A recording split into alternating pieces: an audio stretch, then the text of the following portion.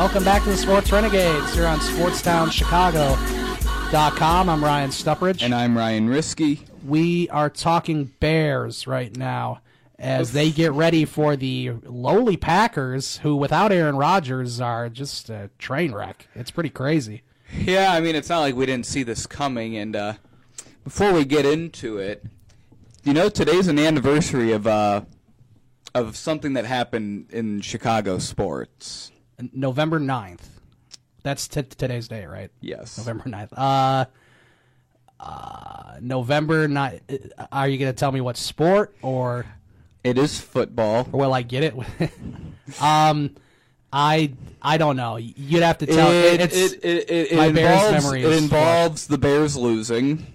Oh, okay. I think I saw a mention of this on Twitter. Was this the day that the Packers put up like 55 points on the Bears? Yes, the anniversary of the game in which the Packers were beating the Bears 42-0 at halftime on national television. Oh, yes. That was awful. Arguably the most humiliating defeat in Chicago sports history. Was that a Sunday night game or a Thursday? That was a Sunday night game. Yeah. That's what I thought. Yeah, that was 42-0. And I remember when I was just kind of went back and looked at some past articles that were written about that game, and all I see is Steve Rosenblum has one for the Tribune, and it's titled, "Why Wasn't Mark Trestman Fired at Halftime?" Yeah, that was a fireable offense, that first half. 6 touchdown passes in the first half for Aaron Rodgers.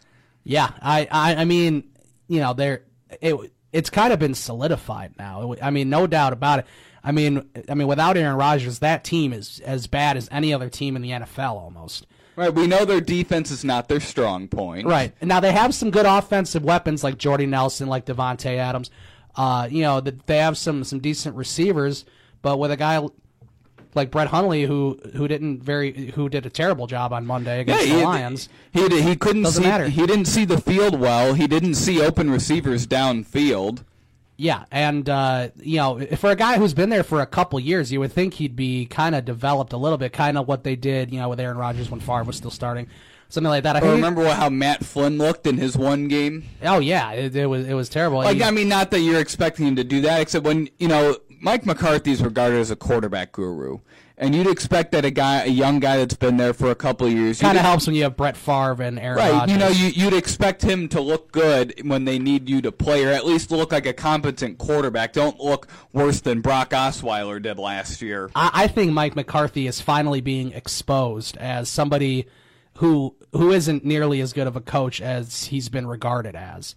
I mean, I think he deserves almost a lot of the credit for why Aaron Rodgers is as good as he is. Like, sure, if the Bears drafted Aaron Rodgers, he wouldn't be this good. No, yes, I agree with that. They have good. I mean, McCarthy's a good play caller. He has good offensive schemes, and he's really good at developing quarterbacks.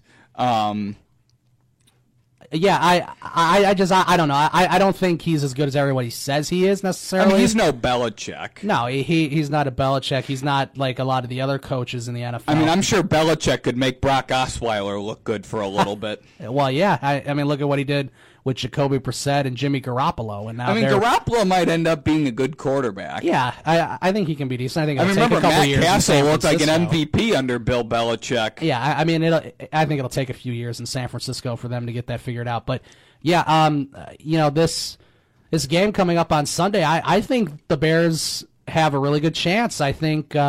This is the first time all year the Bears have been favored to win a game. Yeah, and honestly, it's not, you know, it's not that far fetched. It's not that far out there. I mean, you know, the Packers are struggling right now, and I think I don't think they're prepared on how to beat Mitch Trubisky because I haven't seen him yet. So I think that's important, and I think you know, this Bears defense has looked pretty good, and it looks like they're going to be without Danny Trevathan. But you know, besides that, they have a really good chance. And I mean, they shut down Carolina. They hung in there with New Orleans. Well, if they can do that, they should be able to shut down Brett Hundley. I would think they'd be able to shut him down. Yeah. I mean, and remember what happened last time Aaron Rodgers broke his collarbone. Seneca Wallace and Scott Tolzien looked lost out there on the field. Isn't Scott Tolzien still on their roster? No, he's not. He started, I believe he started week 1 for the Colts this year. Oh man. Okay. Talk about a dumpster fire. The Colts are just one big. The Colts did mess. that to themselves by ignoring the needs on the offensive line for years. I don't think they're very happy with Andrew Luck, to be like it seems like there's something going on there where I guess he's being shut down for the rest of the season. Oh, he's done for the year. I mean, obviously something is up. Because remember, Jim Irsay said he expected Luck to be ready for the first game of the season. Yeah, and then it just kept being pushed back and pushed back. And I guess there was some talks where he wasn't really training right and he wasn't practicing when he was supposed to be, and he's probably sick of having the ball hiked to him, and then he's being obliterated by a 300-pound lineman. Same deal with Aaron Rodgers. Right. I mean, I think he had a torn labrum. Rodgers is a good offensive line, though, and he also can escape the pressure. Except, like, with Andrew Luck, he's getting attacked, so quickly. Yeah. I mean, it's like over before it starts with him. As soon as the ball's hiked, I mean, you got to get rid of that ball. Right. I mean, and Ryan Grigson pretty much ignored the offensive line. Yeah. For the longest time, like they did nothing. Didn't go out and sign, some big free agents. They drafted Ryan Kelly from Alabama, a center who's been very good. Except that's it. You can, and that's the thing that I think is important with the Bears, that they're making sure, or like I'm pretty sure they could have found a trade partner for Josh Sitton at left guard. I'm pretty sure they could have found a trade partner, except it's important that Trubisky's not getting obliterated on every play, that he's going to injure his shoulder, injure his knee, injure his throwing arm, or something that could end up being, have a nagging effect going forward into the prime years of his career when the Bears are ready to compete. Yeah. Charles Leno has shown improvements. He's not the best left tackle. He won't be the best left tackle in the league, except he's been much better than Jamarcus Webb. Oh, yeah. I mean, he's been at least been an average guy that, can block. Josh Sitton has been very good. Cody Whitehair has been very good at center. He hasn't been better than last year, except he's still made improvements. Hopefully Kyle Long can get healthy and get back up out there on the line. Right tackle might be a position they need to address because Bobby Massey is more of a run blocker, which is helping in the run game with Tariq Cohen and Jordan Howard.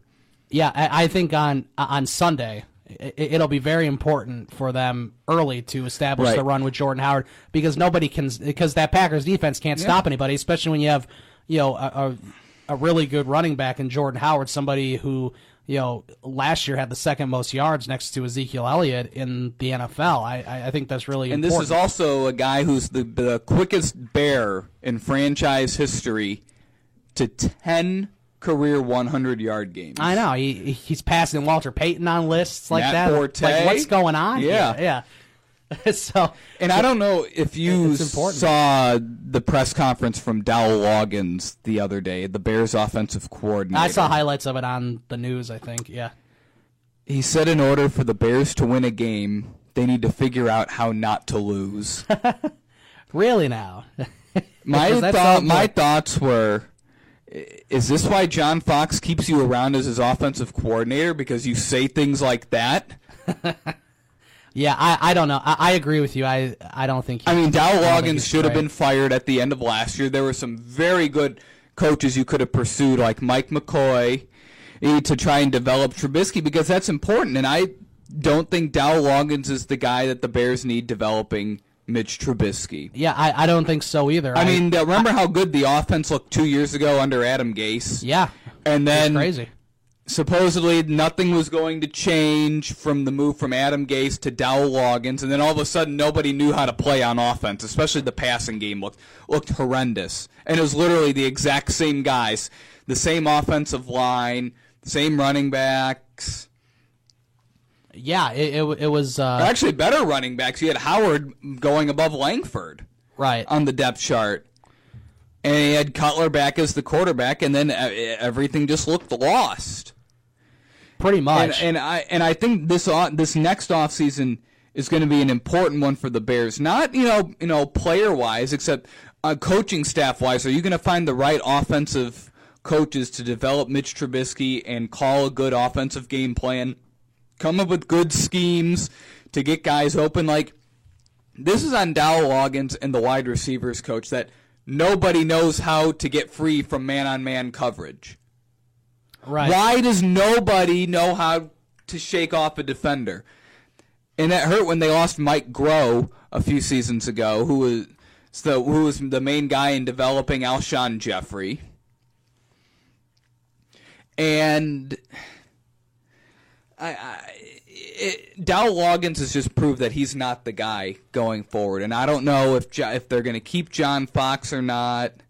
Yeah, that's another question. I don't know, if his think time's already up. I don't think he's shown enough to stay. Unless they want to get a really good offensive coordinator. Is this his last year? This is his third year? It's third of four. Third of four, okay. I could see them keeping him for another year. Yeah, well, we'll see. I mean, I think this offseason, if they keep John Fox and Dow Loggins, I think that shows that they're really not as committed as we think to winning and getting the right personnel to put this team together. Yeah, because with Trubisky, I mean, you would assume, the goal is in a couple years you should be the best team in the division. And you're seeing the dividends that the Rams are seeing going from Jeff Fisher to an offensive-minded Sean McVay, who was Kirk Cousins' offensive coordinator in his career. They went to New York and obliterated the Giants.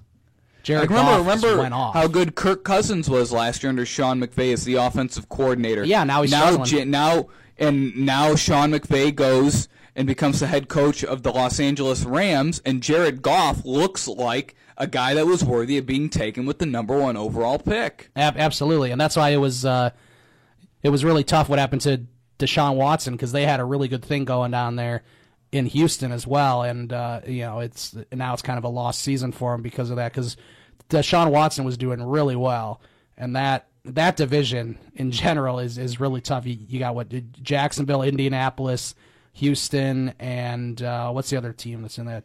Tennessee. Oh yeah, and Tennessee, and now it's kind of Jacksonville's and Tennessee's for the taking. Nobody has showed enough in that division to pull away for good. Right. I think we could see Tennessee do it, but I don't know. The thing is, you feel like, Houston's not going to do it now, because you feel like with how good Jacksonville's defense is, they should be able to pull away. If Andrew Luck was healthy, you feel like that they should have been able to pull away. Right. I don't think they would have, because their defense isn't good enough and their offensive line is terrible. Yeah, I think a team like Tennessee is pretty interesting. Marcus Mariota has shown me, he's better than I thought he was going to be.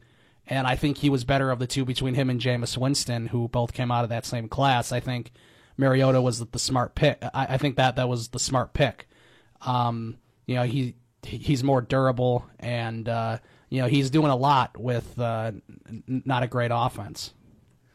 Yeah, that's true. So we're gonna take a break right now. We'll come back. We'll get our picks for this week. This is week 8 or 9 or 10 in the NFL. I'm not even sure which week, but I get confused because of the bye weeks that have been happening. But we'll come back and we'll give our picks, and then later on in the show, we'll talk about the NBA. Cavs are struggling. Celtics are off to a hot start without Gordon Hayward, and we'll talk about the Bulls too, who have been kind of what we expected. But Lauri Markkanen could be a star in the making.